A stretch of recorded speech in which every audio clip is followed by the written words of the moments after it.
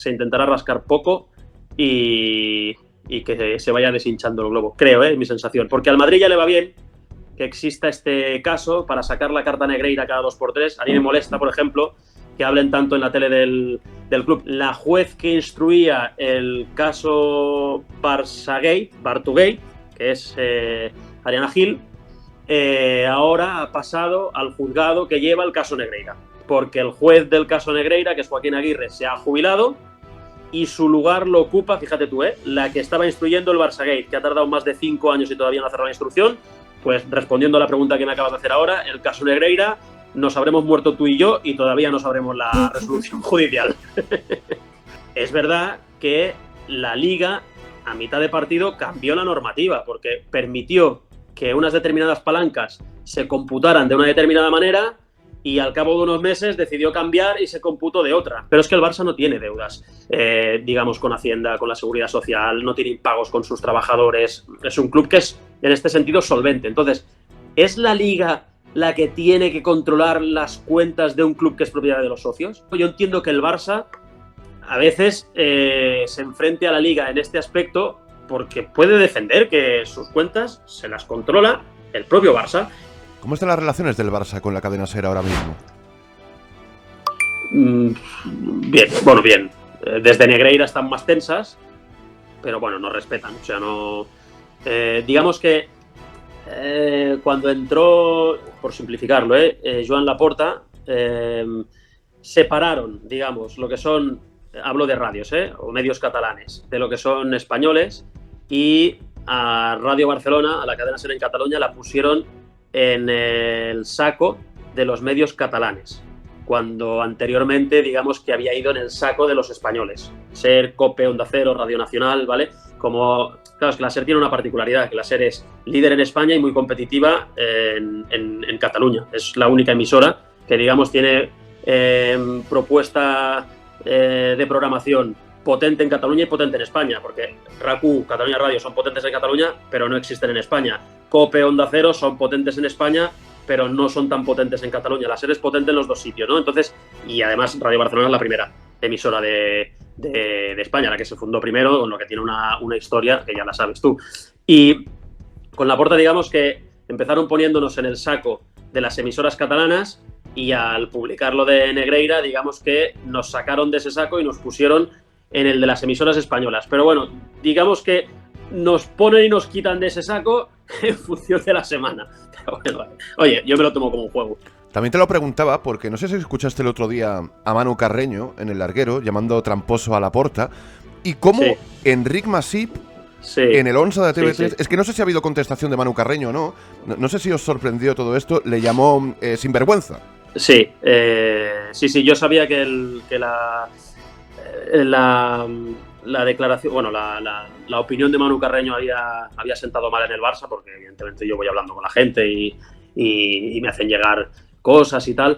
También creo que si tú escuchas, o sea, también creo que sienta peor por el tuit que se hace en redes sociales, que al final, bueno, es lo que pasa siempre, porque la opinión de Manu ahí era más una hostia a la Liga y defender la decisión del Consejo Superior de Deportes que no a Laporta.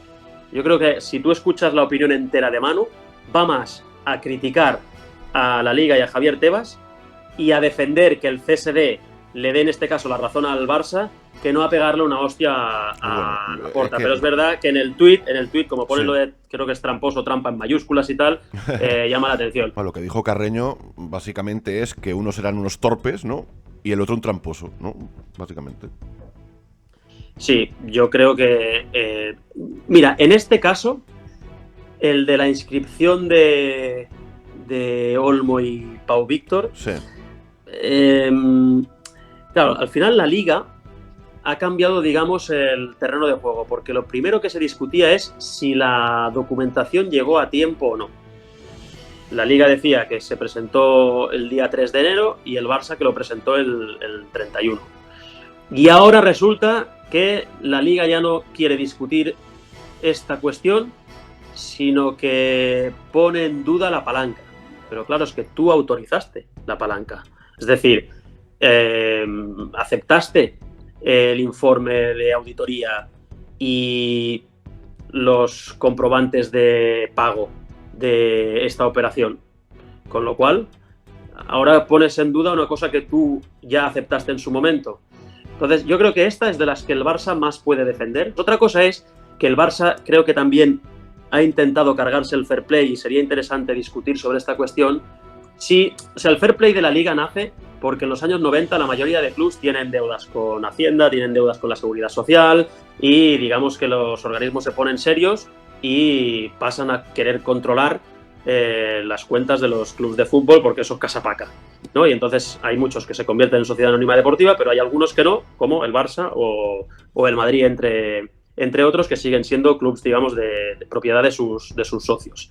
Vale, por eso también te dicen que el fair play en España es tan restrictivo, porque claro, como en España durante muchos años en la historia los clubs hacían lo que querían y no pagaban cuando no les daba la gana, pues tuvieron que ponerse serios, perfecto. Pero es que el Barça no tiene deudas, digamos, con Hacienda, con la Seguridad Social, no tiene impagos con sus trabajadores, es un club que es, en este sentido, solvente. Entonces, ¿es la Liga la que tiene que controlar las cuentas de un club que es propiedad de los socios? Pues yo creo que puede discutirse si realmente no deben ser los propios socios los que controlen su casa. Y si luego lo hacen bien, perfecto, y si lo hacen mal, pues ya llegará el momento que habrá impagos y que alguien tendrá que apechugar, ¿no?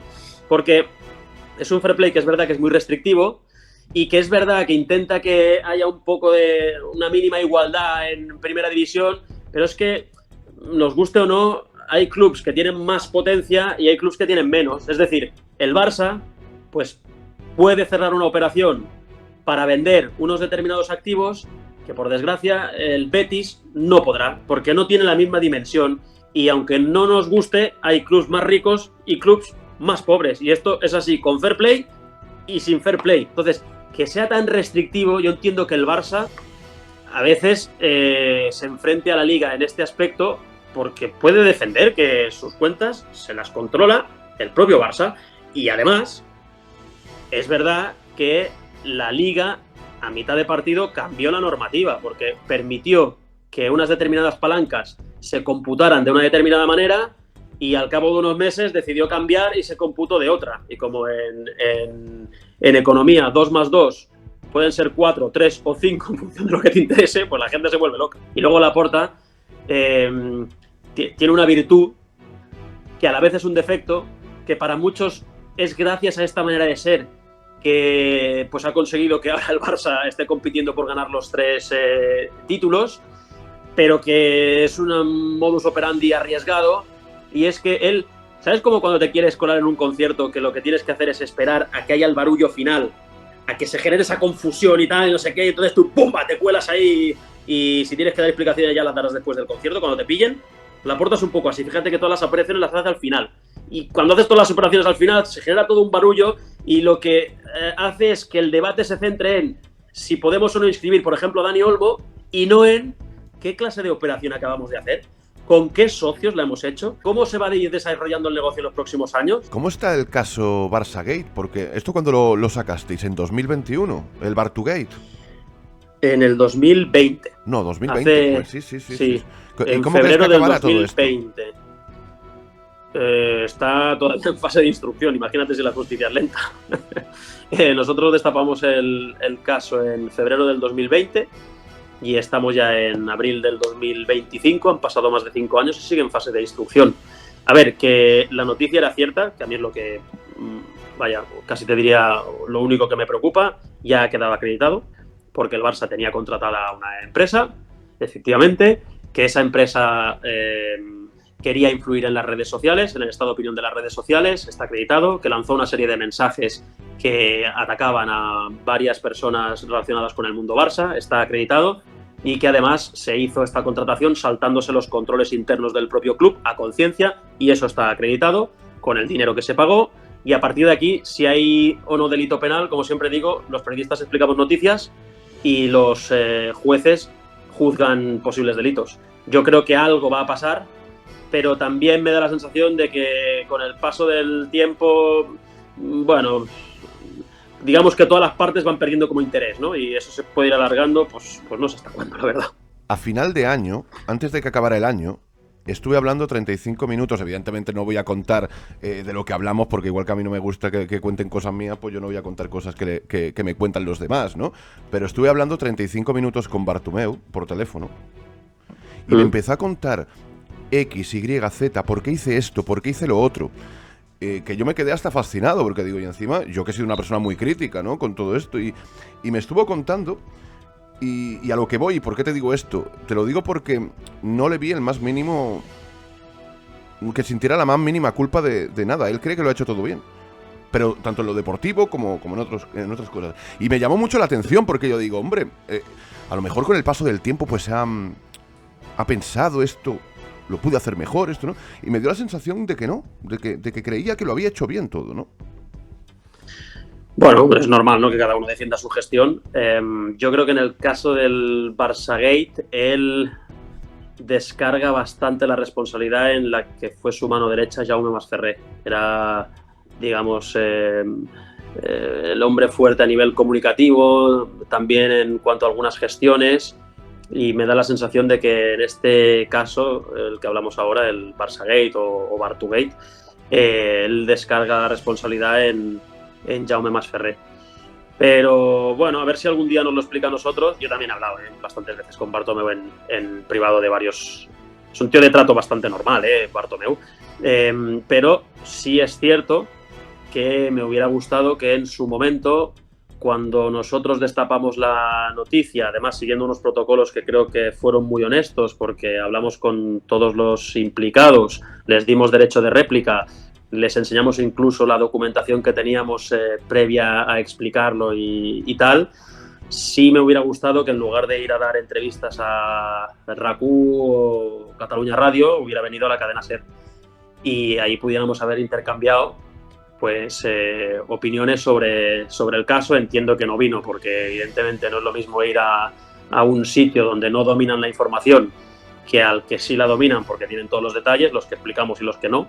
Porque ya sabes tú que hay cosas que puedes decir porque las tienes 100% contrastadas, hay otras que no porque las tienes al 90% y te las tienes que guardar. O algunas te sirven de contexto y otras sí te sirven para explicarlas a la gente.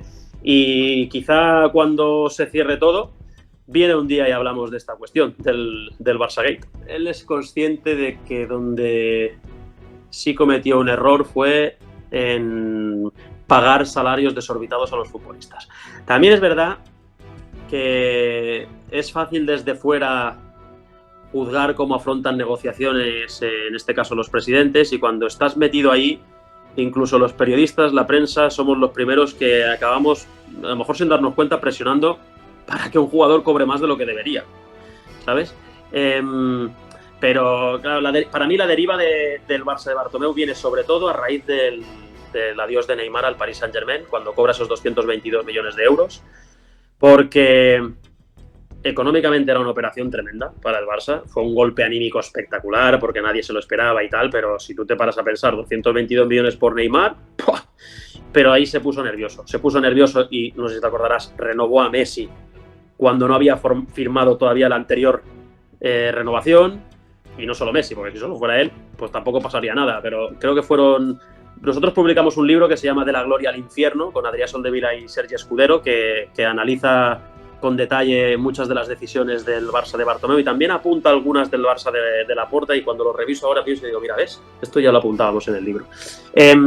Pero me parece que fueron en un año y medio 11 renovaciones de futbolistas y fichar a Dembélé y Coutinho por 300 millones de euros. Ahí se volvió loco y fue, yo creo, lo peor que hizo, que a la vez es lo más importante, porque lo que tienes que controlar más del club es el gasto en lo deportivo, porque es lo que te va a hacer ganar títulos o perderlos, y es lo que realmente, digamos, te va a hacer que seas un club rico y sostenible o un club con un gasto disparado y, por tanto, pobre. Yo, hablando con un ejecutivo del Barça de Laporta, me acuerdo que le dije, hostia, es que Bartomeu realmente el error que cometió fue este. Los otros, habrá algunos que le darás más importancia, otros que menos. Yo creo que tiene un problema que es la gran diferencia con Laporta, y es que cuando habla Bartomeu no engancha, y en cambio Laporta sí, no tiene dominio de la escena, no tiene magia en su discurso, y Laporta sí.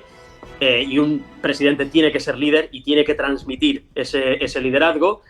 pero le decía, pero es que realmente lo que hizo mal es esto, porque otras cosas sí las hizo bien, ¿eh? El fútbol femenino, por ejemplo, lo impulsó él. Sí. Pero sí, y yo qué sé, tenía ideas a nivel ejecutivo, a nivel de marca y tal, tenían ideas que no estaban mal. Pero claro, me dijo el ejecutivo de Laporta, pero es que el no controlar la masa salarial deportiva es como tener un cáncer de pulmón y que el enfermo siga fumando. Te mata, ¿no? Pues eso es lo que pasó, yo creo. Y luego vino la pandemia. Para Bartomeu, la pandemia explica todo lo que pasa después. Y remate y gol. Digamos, otros, entre los que yo me incluyo, evidentemente la pandemia es un golpe muy bestia, pero la pandemia era, o sea, el Barça era una bicicleta que iba por embajada sin frenos y sí, te aparece la pandemia y te pegas un tortazo del copón. Pero sin la pandemia igual habrías tardado un poco más, pero te lo habrías terminado pegando también. O sea que el Bartugate está en stand-by por ahora, seguimos en instrucción. ¿Y el caso Negreira cómo va? ¿Cómo avanza? O sea, el Bartugate ahora está a la espera de que se entreguen los últimos informes policiales con el volcado de los dispositivos que requisaron a los investigados y que declaren Bartomeu, declare Masferrer, declaren los investigados. Que lo deberían hacer en los próximos meses, pero a saber. Porque además, la juez que instruía el caso Bartugate, que es Ariana Gil, ahora ha pasado al juzgado que lleva el caso Negreira. Porque el juez del caso Negreira, que es Joaquín Aguirre, se ha jubilado y su lugar lo ocupa, fíjate tú, la que estaba instruyendo el Barçagate, que ha tardado más de 5 años y todavía no ha cerrado la instrucción. Pues respondiendo a la pregunta que me acabas de hacer ahora, el caso Negreira, nos habremos muerto tú y yo y todavía no sabremos la resolución judicial. No lo sé, es mi sensación. Es mi sensación. Pero no lo sé, igual sí, igual hay una sorpresa y este año sabemos algo. Y opinión personal, ¿qué tienes en la cabeza sobre cómo puede acabar esto? Lo que pasa es que como el caso, digamos, ha saltado al ámbito judicial y el debate ya se ha centrado ahí, claro, yo te vuelvo a decir lo que te he comentado antes, ¿no? Los periodistas explicamos noticias, pero no juzgamos si lo que explicamos es delito o no lo es. Hay evidentemente veces que se ve claro y hay veces que no, y como he dicho antes, la justicia es la que tiene que determinar si hay condena penal o no. Pero sí creo que, claro, al final, a nivel práctico, lo más importante es que el Barça salve una posible condena penal y entiendo que el debate o la discusión esté ahí. Pero nos instalamos en una sensación de no, es que si no es delito está bien hecho y si es delito está mal hecho. Y abandonamos, por ejemplo, el terreno de la ética. Luego puede haber cuestiones que sean administrativas, no penales, pero sí sanciones económicas, por ejemplo. Y es evidente que el Barça no puede estar durante 20 años pagando al vicepresidente de los árbitros sin que la gente lo sepa. Es que no hay discusión posible sobre esto. ¿Y lo que va a pasar a nivel penal? Pues no lo sé. Espero que al Barça le pase poco o nada, sinceramente. Pero yo creo que si no fueran Barça o Madrid, porque sí creo que al Madrid se le habría protegido, igual o más que al Barça, cualquier otro equipo estaría eliminado de la ecuación. Pero como es uno de los dos grandes, pues yo creo que se irá con cautela, se intentará rascar poco y que se vaya deshinchando el globo. Creo, es mi sensación. Porque al Madrid ya le va bien que exista este caso para sacar la carta Negreira cada 2x3. A mí me molesta, por ejemplo, que hablen tanto en la tele del club. Al Madrid le va bien que esto esté ahí, que bueno, se eternice, porque siempre podrá sacar la carta Negreira.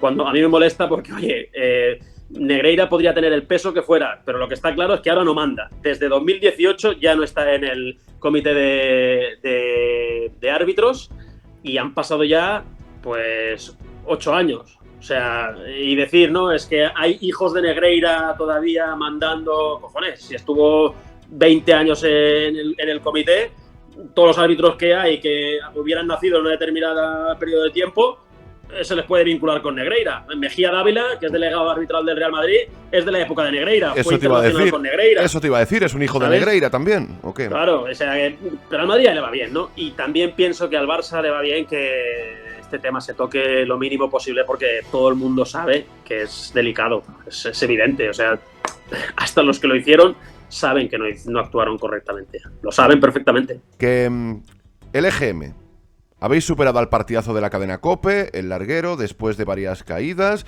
pero es que la caída gorda fue de Juanma Castaño, la última, ¿no? Creo que fueron 200.000 oyentes que cayó. Tú, primero, ¿crees en el EGM? Y segundo, ¿a qué crees que se debe esta subida? Yo creo en el EGM cuando va bien y no creo cuando va mal. Vale, bien. Yo creo que el EGM no hay que leerlo solo un resultado concreto en una oleada concreta, sino que te sirve, bajo mi punto de vista, para indicarte una tendencia. Es decir, generalmente cuando en una oleada subes mucho, en la siguiente bajas. La cuestión es que si subes mucho, cuando bajes, no bajes tanto. Y entonces que la línea, cuando tú miras, por ejemplo, un periodo de 5 años, que, bueno, te sirve, ¿no? Como más o menos periodo para ver si un proyecto en radio, que siempre es más a largo plazo y tal, crece, si está estabilizado o si no tira. Si tú ves que en un periodo de 5 años estabas aquí y al cabo de 5 años estás aquí, se ve, ¿no? Como que está en línea de subida, sí, haciendo sus dientes, ¿no? Subidas y bajadas en el camino. Si de aquí estás aquí, significa que el proyecto va creciendo. Si lo ves más o menos igual, es que está estable. Entonces tienes que decidir si la estabilidad ya te va bien o necesitarías que estuviera por encima o qué. Y si ves que va de aquí para abajo, evidentemente es que el proyecto no tira. Entonces creo que el EGM te sirve cuando lo ves en global. Si lo comparas de una oleada a otra, bueno, te sirve para sacar pecho cuando subes y te sirve para criticarlo y desacreditarlo cuando bajas. Pero, bueno, te tienes que fiar porque al final es lo que nos da de comer. Ahora se han incorporado las cifras digitales, que creo que lo hace más fiable. Y al final creo también que en un programa de radio determinan factores que no dependen solo del propio programa de radio. Depende de la coyuntura del momento. Depende de cómo vaya la emisora en general. Depende de muchos factores. Por ejemplo, en nuestro caso, que nos fue muy bien, hablo del de Cataluña, no el de España, que también fue bien, pero el que te jugues, sí.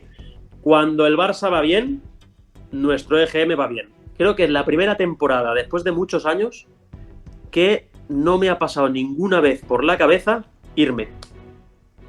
¿Irte? Y yo lo atribuyo, pero eso nos pasa a todos, ¿eh? Sí, nos pasa a todos. Mira, justamente el otro día hice un vídeo hablando de esto.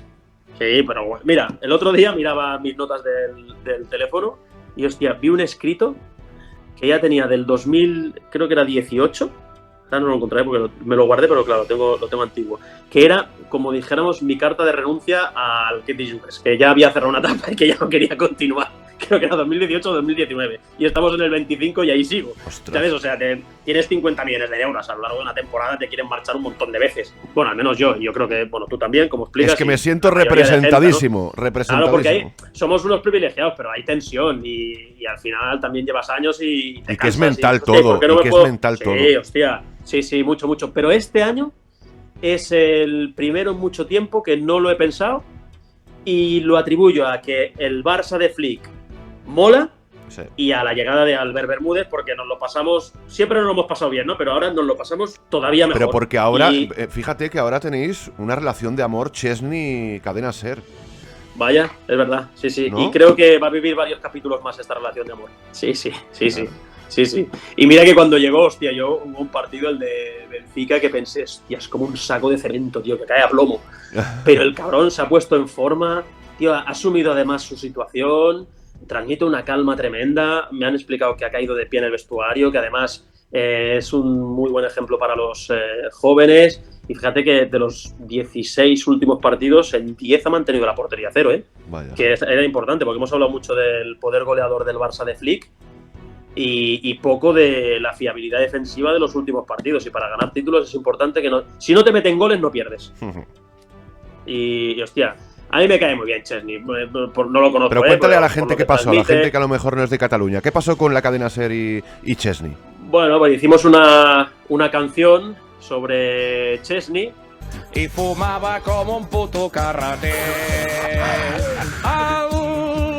El debut va ser un senyor desastre atropellava els companys i trigava una hora a posar-se de peu. Però a l'hora de la veritat, la boqueta ens ha callat.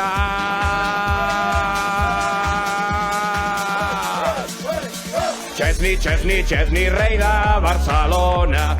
Que se hizo muy viral, millones de visualizaciones en redes sociales, saltó a Polonia, ahí me acuerdo que la tradujeron al polaco, la canción que estaba en catalán, y bueno, algunos youtubers la pillaron, salió en algún informativo, Chesney la comentó en redes sociales, bueno, se hizo muy, muy conocida, me gusta porque eso demuestra que el tío tiene sentido del humor, que Chesney tiene sentido del humor, y hay que reivindicar que los futbolistas pues se puedan reír, ¿no? Y que acepten las bromas y tal, le gustó. Y por lo que me ha llegado, si la temporada termina bien, esta historia de amor que comentas, liderada por Albert Bermúdez, que es nuestro invitador, con Chesney va a tener algún capítulo. Yo estuve en Polonia en Navidad, estuve en Cracovia, y me compré de hecho un libro, una biografía de Lewandowski en polaco, y había también un par de Chesney, que no las compré y ahora me arrepiento porque aquí no las encuentro. Y Lewandowski, tú ibas por los mercados y tal, y las camisetas de Polonia todas llevaban el 9 de Lewandowski, pero ahí Chesney también es muy respetado, ¿eh? Piensa que es hijo de portero, su padre, el padre de Chesney, es el único futbolista polaco que ha ganado la liga con 4 equipos distintos. Bollo. Era portero también, el padre de Chesney. Pero te estaba preguntando por radio. ¿Qué colaborador de la COPE, de tiempo de juego, en fin, del partidazo de la cadena COPE, pues te llevarías al Carrusel Canalla o al Larguero o al Ketty Yugas incluso? Gonzalo Miró. Muy bueno, sí, muy bueno.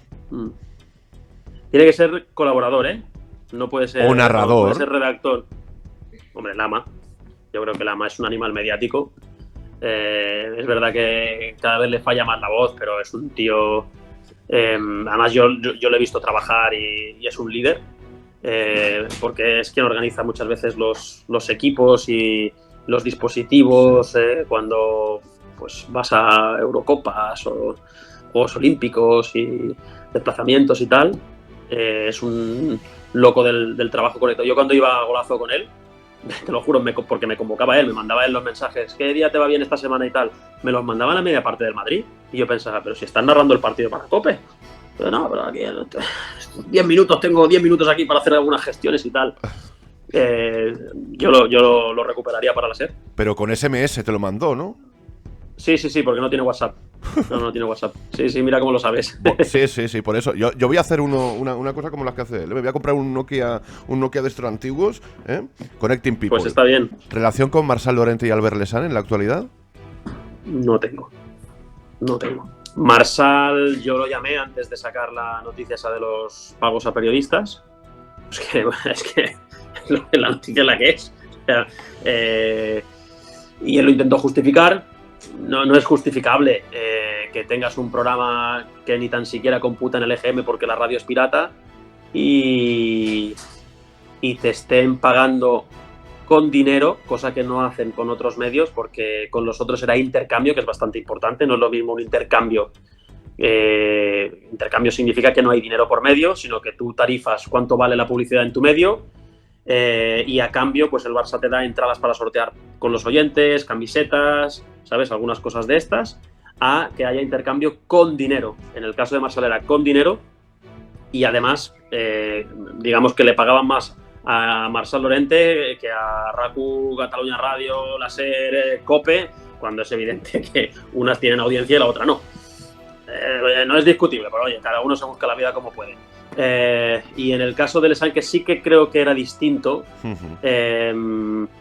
porque además él tenía más impacto, sí que hablamos también, él lo intentó también justificar, pero para mí, a nosotros a Lesan no lo pusimos tan en el foco de esta historia, si bien es cierto que luego se publicaron, él se enfadó porque publicamos sí, estoy intentando recordar ahora, unos documentos de los Mossos d'Esquadra, ¿sabes? Y como los que WhatsApp, habíamos los mentido. famosos WhatsApp. Sí, y digo, no, es que no hemos mentido. O sea, esto es un informe policial que está adjuntado en una causa judicial.